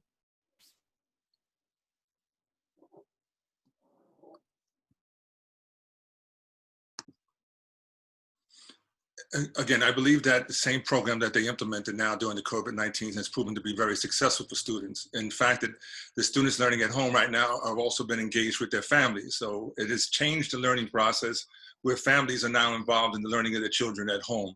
So I think we can continue this process and invest properly. The equipment's already out there. The investment's already in the network that's necessary to be able to teach our kids at home. Then we should continue that program. I think it's important. No child should be, lose something in this process. If it's summer school that normally would be available, then we need to make it available now. We cannot discontinue something that we've already originally provided for people, especially those that need the extra help. All right, so if that's the case, let's invest. Let's do exactly what we're doing now with the current education, making it mobile, bringing it to everybody's home, and making it available to everyone. I think that's extremely important. It's been successful. And again, I tell you, it's changed the dynamics. Learning has changed between the teachers, the parents, and the children are now more actively engaged than they would have been inside the school system. So we have a great opportunity right now to continue this for the summer program. 1 minute. Donovan? As someone who has to do remote learning every morning with my 4-year-old son, there are a lot of challenges with remote learning. Do not be fooled that it is easy doing remote learning while trying to juggle doing the work of the people as well every morning. The first thing is to make sure that every child in New York City has access to internet and to a device. And I can't say that that's happening right now. We're looking at a transparency bill and have been working very closely with our education chair to ensure that that is happening. The other thing to remember is that a lot of our children are dealing with trauma. You know, they're not communicating with their classmates. We need to make sure that that emotional support is there. I'm really worried about the future of education. I don't think it's healthy for kids to be in front of a screen all day, although we may have to do it during this specific pandemic. We need to really be coming up with robust plans to ensure that our kids could get back into those classrooms in a safe manner. But we know that failed leadership at Washington, D.C. level, all the way down to the local level, is really what has hindered us from moving ahead faster. So that's what I would say. Dow? Years ago, I advocated in a community education board. I said the New York City's plan to have students, each student has an iPad to learn in 2020 was the way too slow. But now they didn't have. They provide thousands to students because, unfortunately, the pandemic. our education system, public education system, has failed perfectly. Only 30% of our high school graduates are prepared for college. We all knew because of the pandemic, the education department extended the learning program in summer. But we need to think about beyond that, as we need to think about the families with a very limited resource to study online. And not every child has a room to, in a quiet place, can 1 minute. study. Thank you. Costa? So as Donovan talked about, remote learning is not easy. Am I not muted? Okay, it is not simple. And there's inequities. And we're seeing that, the haves and the have-nots. Right, our young people who are in homeless shelters, our young people that are dealing with trauma, they've lost a parent to COVID. They're struggling with the entirety of the crisis that's going on right now. And we need a number of things. It's municipal broadband. So everyone in New York City has access to the internet. That's not what's happening right now. It's getting devices into people's hands and ensuring that everyone has an opportunity to learn. And it's finding out where those gaps are and following up, having the social workers and the educational staff, because it's not going to be simple to implement summer school, just like it hasn't been simple to implement distance learning. It is only sort of widen the education gaps between those who 1 have minute. the internet at home and those who don't have that safe space or the internet Got access. We have to provide that opportunity. Got it. Liz?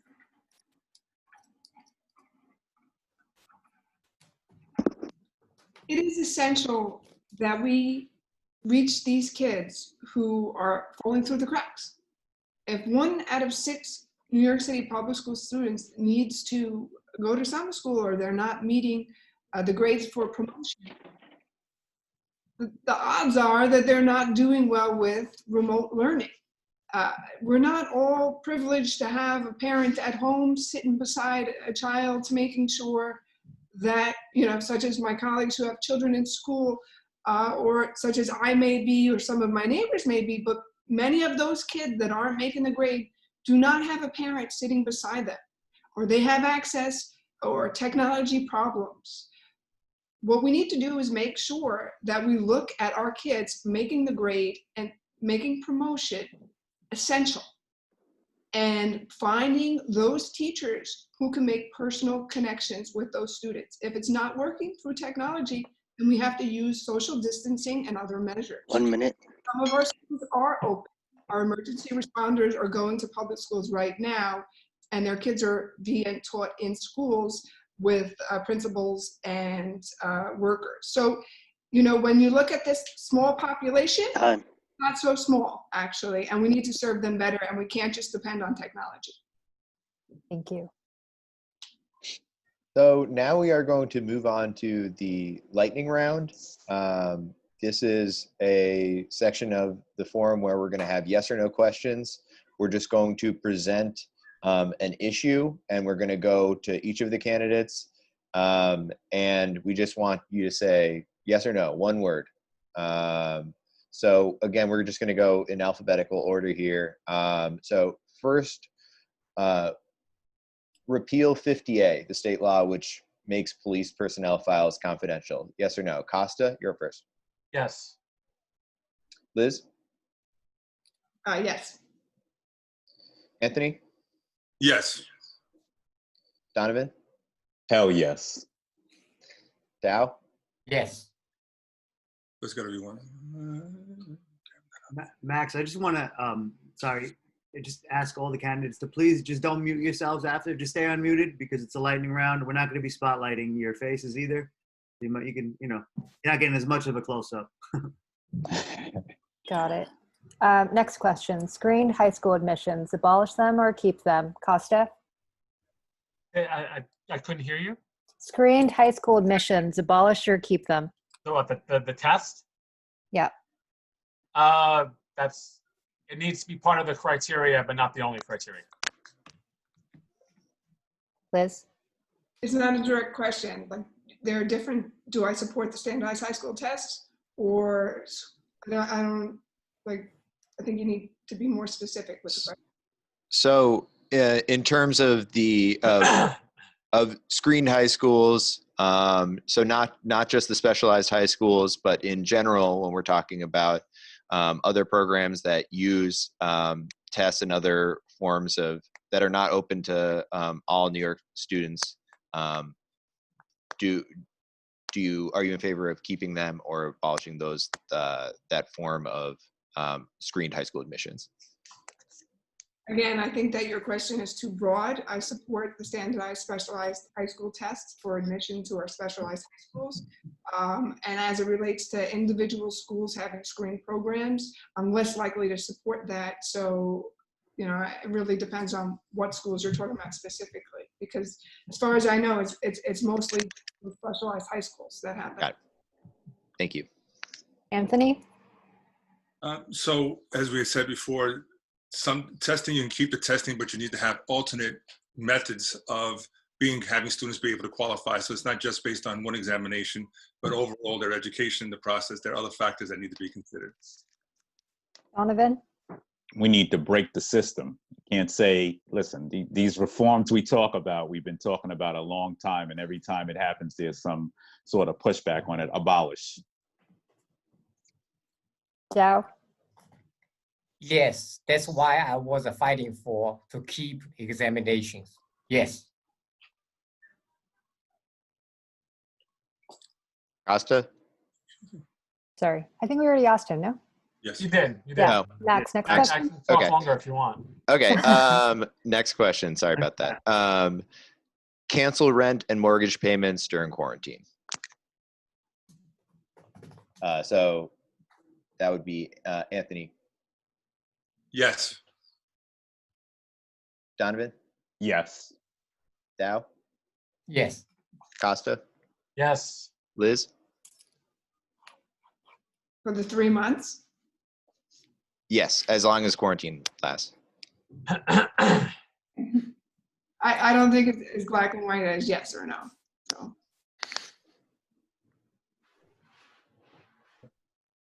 And people who put their homes on forbearance are still expected to pay their mortgage after. Cancel. You said It's a cancel. program, yeah. Should you be allowed to not pay your rent for a few months? Yes, but at some point you're going to have to start paying your rent. For those small landlords that are 1 and 3 family homeowners, they're going to be put in a position where they can't. Thank you. Got it. Next question, city beaches. Should they be open this summer? Donovan? Yes, and we're preparing for that with a real plan, and I was proud to release that plan with Speaker Johnson. Yes. Dow? Yes, I agree with the beach be open, but keep in the first phase keep the 6 feet distance. Let's see, American can do everything. Got it. Keep. Okay. Costa? Yes. Liz? Yes, we need to open our beaches. Anthony? I say yes, with the protections in place to ensure the safety of our community. We cannot afford to jeopardize anybody's life in this process. Thank you. And if we could just keep it to 1-word answers, please. A phrase at most. Yeah. The city council's bill to allow homeless single adults to stay in hotel rooms alone, yes or no? That would be Donovan first. Yes, with services, wraparound services. There you go. And Dow. No, I never agree with the stay in the hotel room. Thanks. Yeah, Costa? which caused a very controversy. Yes, with services. Liz? Yes, but we need to fix this broken homelessness system and build real housing. This should only be temporary. Thank you. Anthony? The answer is yes, with building housing being the priority, and he must have these services to get them out of there in the right places. Okay, next question. Do you support the reinstatement of the presidential primary? Yes or no? Dow? Yes. Costa? Yes, we shouldn't be canceling elections. Liz? Yes. Anthony? Yes. Donovan. Yes. Max? Got it. And last question, mayoral control of public schools, yes or no? Costa, you're first. Yes. Liz? Yes. Anthony? No. Donovan? Yes. Dow? No. All right. Okay. Well, thank you everyone for that lightning round. I think we're going to give 1 minute each for quick closing statements. We'll start with Liz. Okay. We're at a crisis point right We are at a crisis right now in Queens. We're facing significant budget cuts. We need a leader that's going to prioritize our fair share. I have a history of fighting for fair share as a council member, and I have a history of leading during times of crisis, from September 11th to 2008 fiscal crisis to Superstorm Sandy. We are facing a crisis that we haven't seen in generations. If you believe that Queens deserves its fair share, that we need big infrastructure projects, that we need to expand transit and build more affordable housing, improve our schools, and build better access to quality healthcare services, then join my team.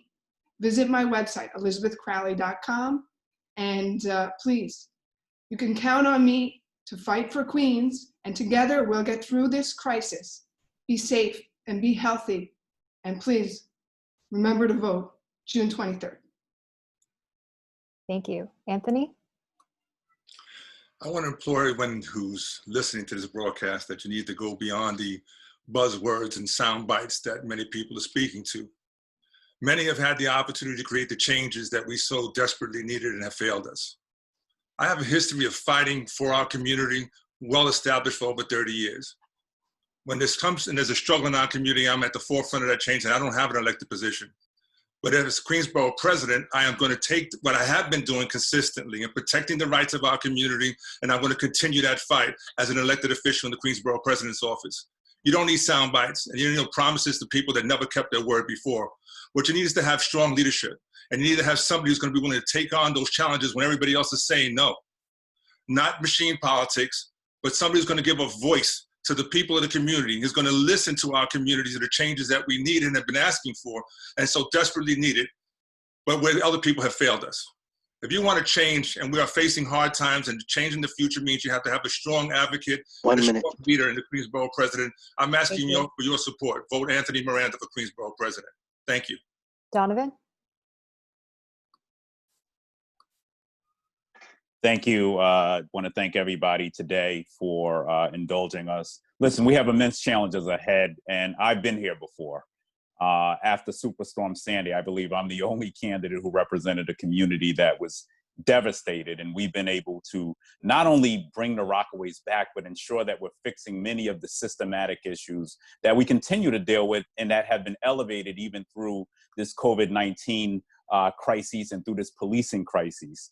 When we talk about building a more equitable Queens, we're going to have to focus on some key areas: food injustice, housing, mental health, healthcare, education. These are all of the areas that my community has seen huge investments in over the course of the last 5 years. It's time to take that to the entire borough. We can do this together. We can build one Queens that works for each and every one of us, a more sustainable, a more resilient Queens. But we're going to have to do that together through this crisis. I've seen the best in the folks in Queens now through these food distributions. We're going to have to continue to work together to make sure we do this. I'm ready on day one, battle tested, and ready to make sure we bring investments to the borough. Got it. Dow? Really disappointed by my four opponents' decision to stand idly by and allow the special election to be canceled, because we were from for the special election for 2020. This demonstrates a stunning lack of leadership on their part. My opponent's failure allowed voters of Queens to be disenfranchised, which is the opposite of what this country stands for. I'm the only candidate left in the race who is championing a public safety message. I will work to unite leaders across the Queens to keep our citizens safe and fight against all forms of racism. As an Asian American and a community activist, I also know the struggles that small business owners face, especially given the ongoing health crisis. I will fight to ensure they get the resources they need to recover from the crisis. I hope they will vote and become the first Asian American Queens Borough President. Costa? I want to thank everyone for putting this together today, especially under these circumstances.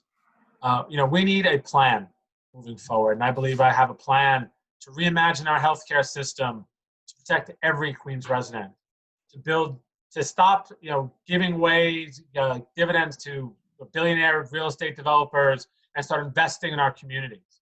We need, the COVID-19 crisis has only exacerbated the need for renewable energy and a way forward here in our borough, because they're talking about a horrible hurricane season that's coming right behind it. Last year was the hottest month in recorded history. What are we going to do? It's about building renewable energy, and I have a plan to make our borough sustainable in the long term. It's about investing in our schools and making sure our young people have the opportunities, creating good green jobs and getting people to work. I have a plan to make that happen. It's about reimagining our transit system in these trying times, whether it's bike lanes, whether it's bus lanes. I hope everyone will go to votecosta.com to make sure we can reimagine Queens for everyone, that everyone has a seat at the table in our borough. Thank you. All right. Well, thank you very much. Thank you to the audience, to our candidates, and also to our hosts, Queens Community House and Queens Coordination Council, and the entire staff that has helped put this event together. So I think we're going to turn it over to Martha. Christine, do you have any other, do you have anything to add? No, not really. Thank you very much again, everyone, for participating. No, it's a really nice Sunday outside, so thanks for spending this time with us. And just really quickly, I'm Christine again. I write for The City. I cover Queens, and Max works for the Queens Chronicle. So please do follow us. We'll be covering this election throughout the next couple of months. Martha?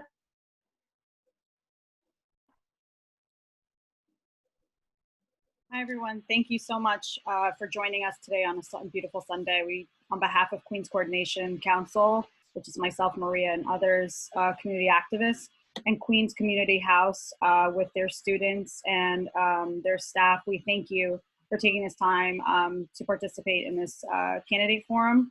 We also like to thank our co-hosts again, which is Queens County Committee for All, the South Ozone Park Civic Association, the Forest Hills Green Team, Transportation Alternatives, the Metropolitan Black Bar Association, Queens CB6, the Black Resources Network, Forest Hills Asian Association, the Friends of Astoria Heights Park, Jim Owell's Liberal Democratic Club, and the South Asian Fund for Education, Scholarship, and Training.